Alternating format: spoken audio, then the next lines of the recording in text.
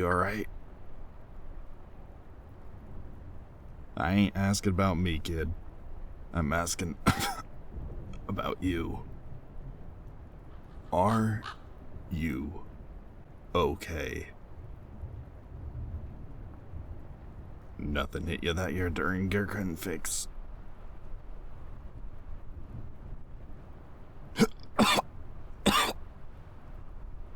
Good. That's good. See, I told you it was worth it to dedicate some arcana and time to empower a dedicated healing gun. I know you were worried about the toll it would take on your reserves to maintain, reload, and grow 2 bound arcane arms. But your regeneration grew to meet that demand just like I said it would. And now you've got a handy-dandy pocket heal. A doubly powerful one since you went for that little double barrel number. Good call. It healed you right up after.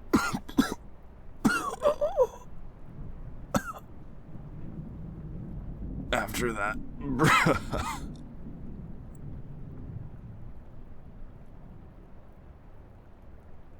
What about me? Well.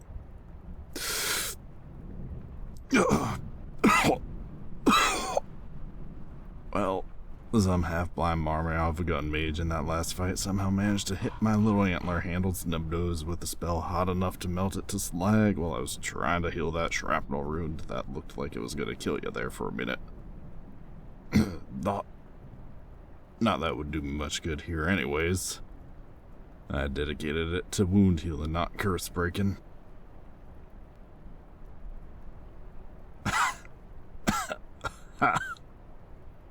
No, the wounds aren't the thing that's killing me, kid. I took a nasty spell out there.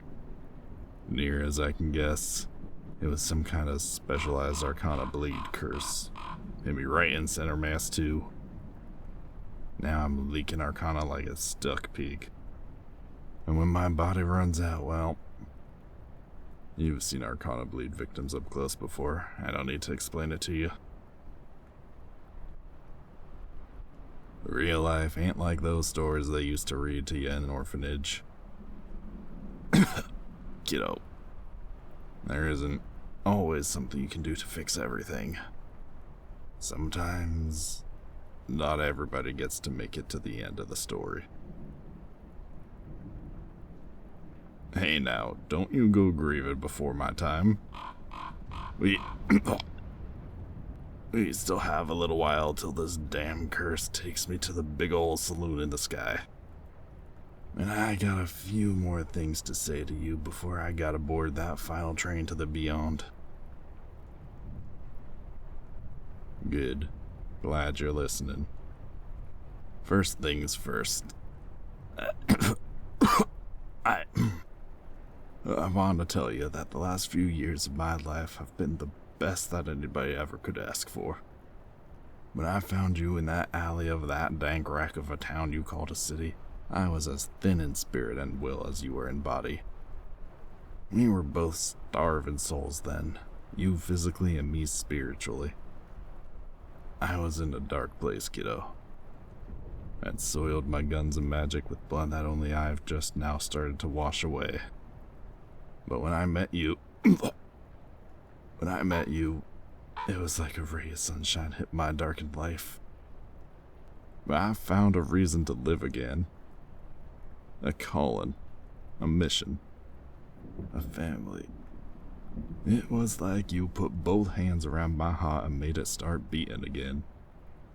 Teaching you gun magic, watching you bide your first arcane arm, that beat up old sawed-off shotgun with the magic of the hearth and home. Forever dedicating it to the protection of both. Showing you what it means to be a true spell slinger. That made me remember that these hands of mine aren't just for ruining. And my guns and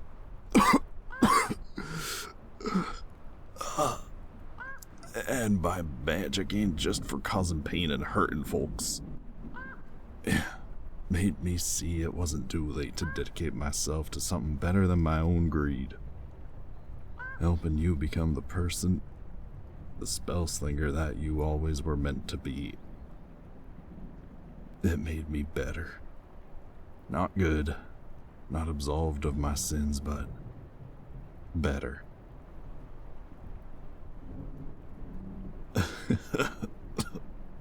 Yeah, you always say that. Still, don't know why you think I'm worth looking up to after all this time. I'd have thought you would have known better by now. Oh, well, thank you, kid. I suppose I can't argue with that. If I can admire you for saving me, ain't fair if you can't do the same. Whoa, slow down, kid. You're talking a little too fast. I can't. Oh. Thank you, kiddo. I love you too. I'm glad I got to fill the role your parents left behind. That means the world to me. To tell you the truth, I've been thinking of you as my kid for a long while now. A legacy I can leave behind to be proud of. Hey, don't cry on me, kid. Save those tears for once it's over. For once that bastard is buried 6 feet deep in the earth and you have time to pour one out over my grave. That's it. There you go. Wipe those tears away and let your war face slip back on. 'Cause this fight ain't over yet, kiddo. The world ain't free from tyranny, terror, and magical horrors it's been subjected to these last centuries, so long as the monarch of roses and thorns draws breath. Nowhere and nothing will ever be a true home or hearth so long as the monarch remains. Yeah, and until the monarch is dealt with, the gods' chosen hero's duty will not be done. A shame they're all dead and buried.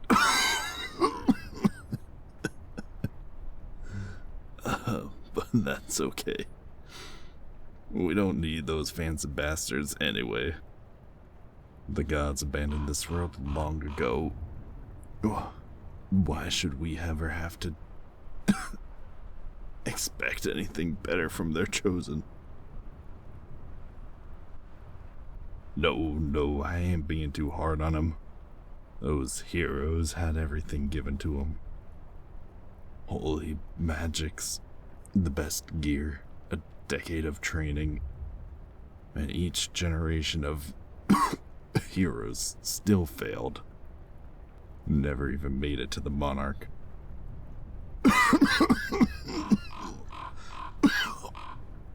Oh, hell. That one wasn't great. Where was I? Alright. Look at you versus them, kid. An urchin from nowhere, kicked out of an orphanage you were tossed in when your parents died. Living on the streets all alone till I found you. No fancy trainers, no top-of-the-line equipment. You didn't even have a place to sleep or food to eat. I taught you to bind your first gun in a junkyard while these guards searched for us for stealing bread, for the thrice-damned heaven's sake. But look at you now. You're further into the monarch's land than anyone ever has been. Inside their own castle, with the monarch's top lieutenants lying dead in the room behind us. You've mastered a magical art that ain't no one except you, me, and 20 dead souls that came before us have ever learned. The urchins succeeded where the heroes, all failed. 'Cause of your grit, your heart, and that thrice powder cursed compassion you ain't ever been able to shake.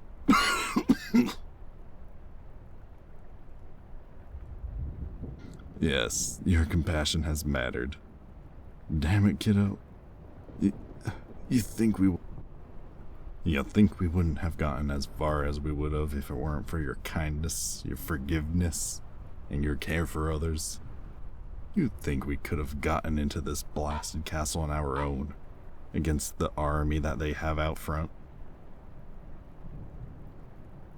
Exactly. No, we couldn't have.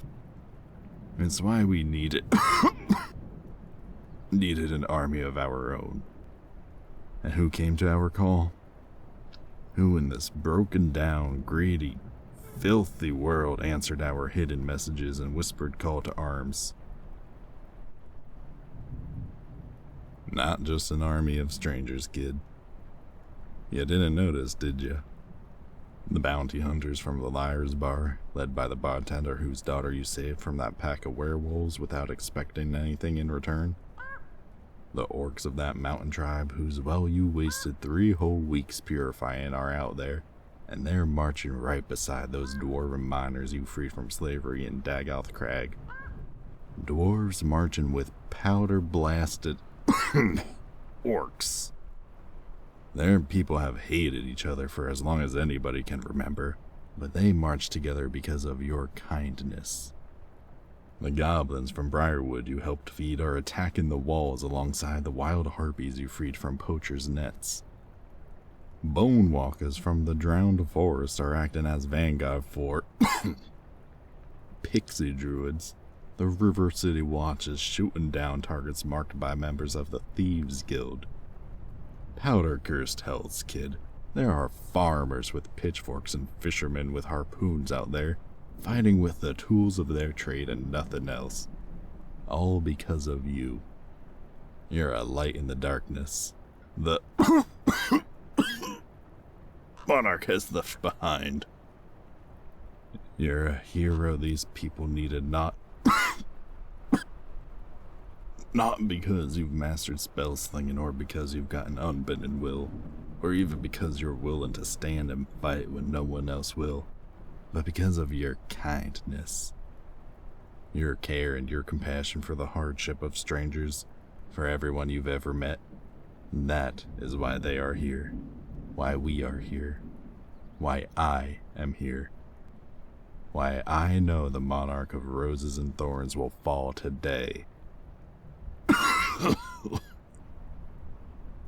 Because a heart like yours, it can't abide. A heart like the monarch to exist in the same world as it. Pure contempt and pure compassion. The embodiment of selfishness and the embodiment of selflessness. The most hateful person to ever walk the earth, and the most loving. They can't abide the presence of one another. Not for very long. So my point is, only one of you is walking away today. And and I have trained you too good and too long for you to die to scum like that.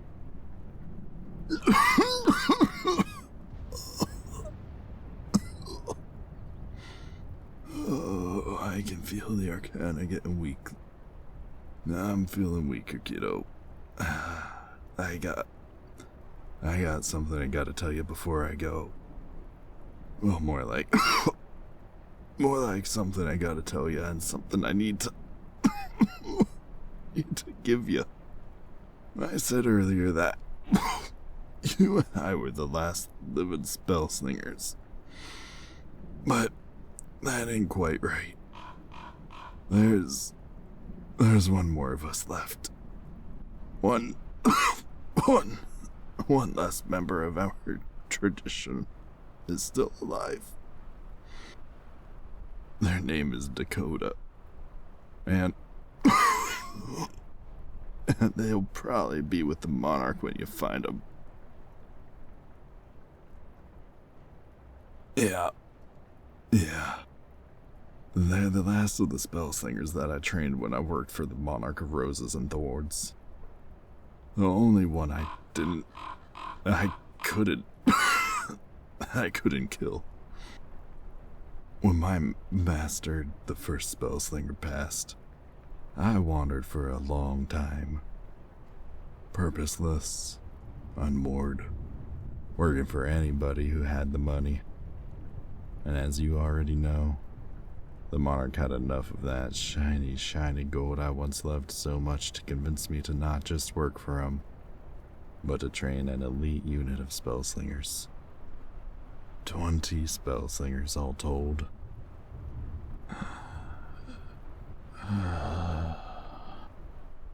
The other 19, I trained because I was paid to. Didn't care a lick for any of them. They all had the training to be spellslingers by the time I was done with them, but they lacked the fire, the talent, the drive, the wild and reckless soul that a true slinger needs. The other 19, they were all just soldiers with gun magic. But Dakota was different. Dakota had the fire kid. They had passion in their heart and an itch in their trigger fingers. They reminded me of my master when she had been in her prime, the way Dakota flipped and dodged and rolled with one of those dual Colts clutched in each hand. We just clicked together, Dakota and I. Master and apprentice we were. I taught him every damn trick in the book, every spell, every technique, every philosophy and tidbit of our art that my master had given me. Every trick save one, of course. You've played enough poker with me to know I always make sure to keep an ace hidden up my sleeve. Things were great for a long, long time. The pay was good and the resources were excellent. I had a high position in the Monarch's military as the head of Spellslinger Division, and I had an apprentice that I was mighty proud of to carry on my master's legacy. The problem was, as time went on, I started seeing the kinds of missions we were taking going downhill, from hitting military camps or supply chains to darker places, burning farmland, raiding tiny little hamlets, kidnapping children. That one got to me.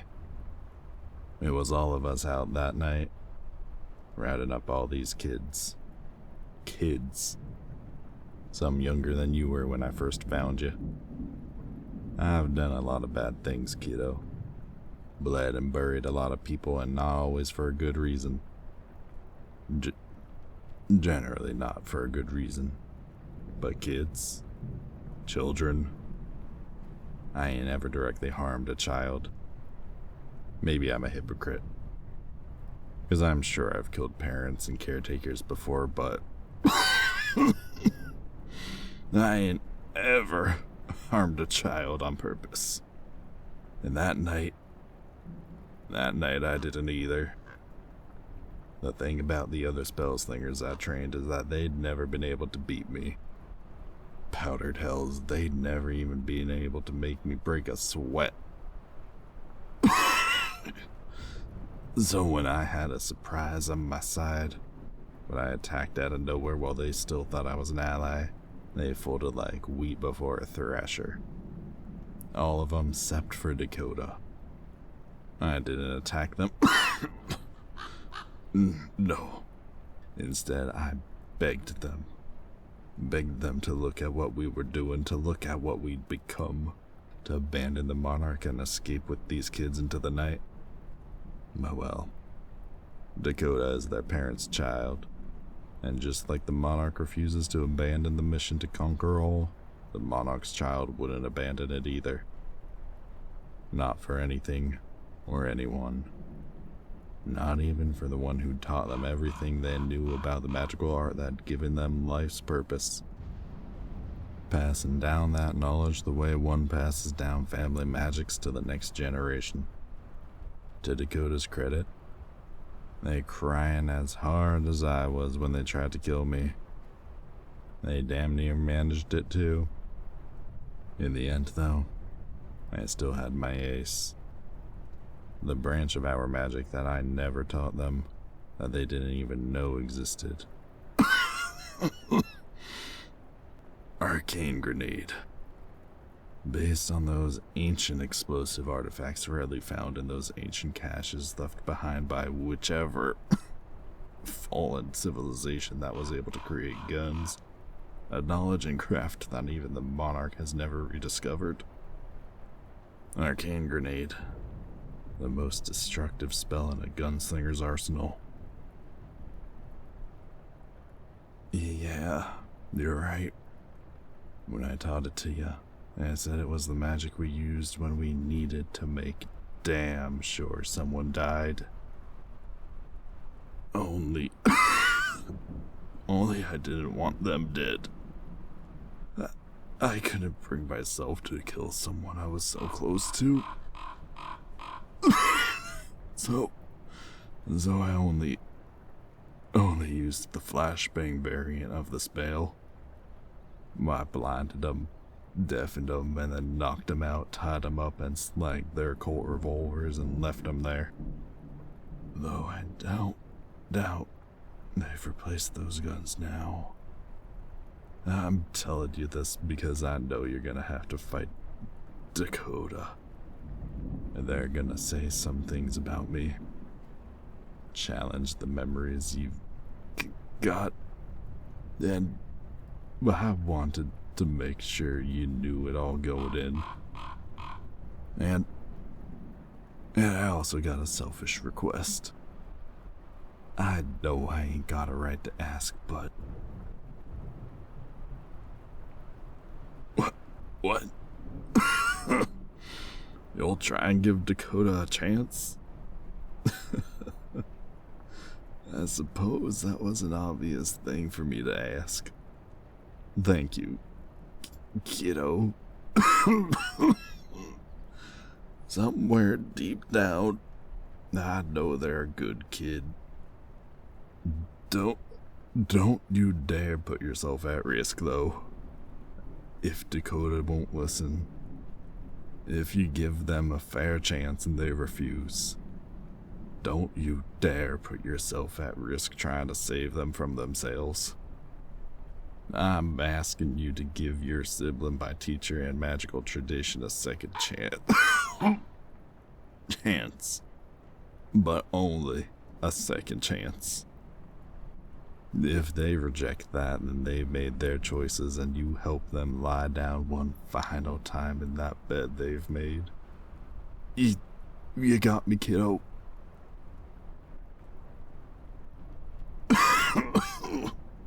Good.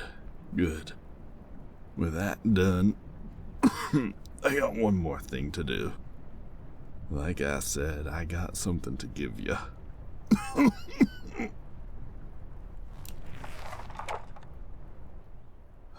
Here. My Henry 44.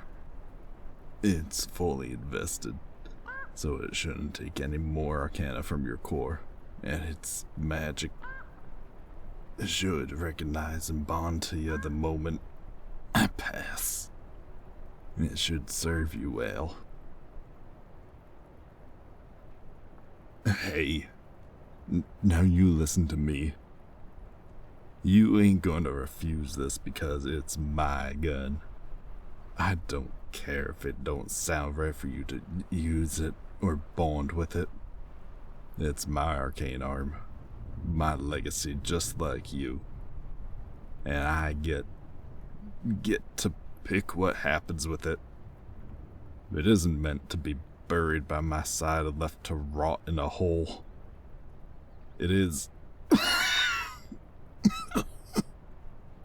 meant to be used.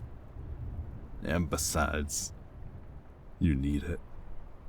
Your main combat gun is your sawed-off, but it ain't got a lick of range on it besides close quarters. And it's aligned to defense and protection. It strikes down the wicked and those who threaten the homes and hearths of others well enough, sure. But that will always be a secondary to its job to protect and defend. It will always serve you well. But there will never be a substitute for a pure combat gun. Especially not one aligned with two separate concepts like my Henry. Blood and fire together one weapon. You've seen what it does. It's a weapon of war, not a tool of protection or healing like your other arcane arms. And you're gonna need a weapon of war to win this war.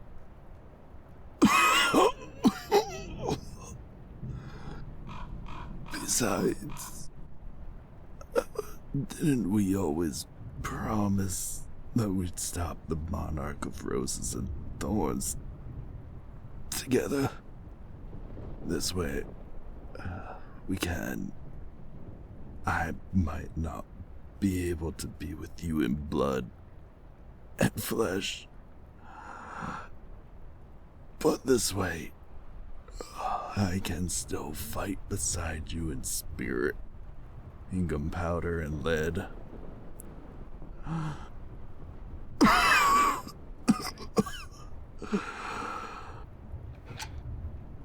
There you go. That's a good kiddo. You keep him safe for me. Henry, you hear? You keep my kid safe. And you go get that bastard Monarch. I know you'll do me proud, kiddo. So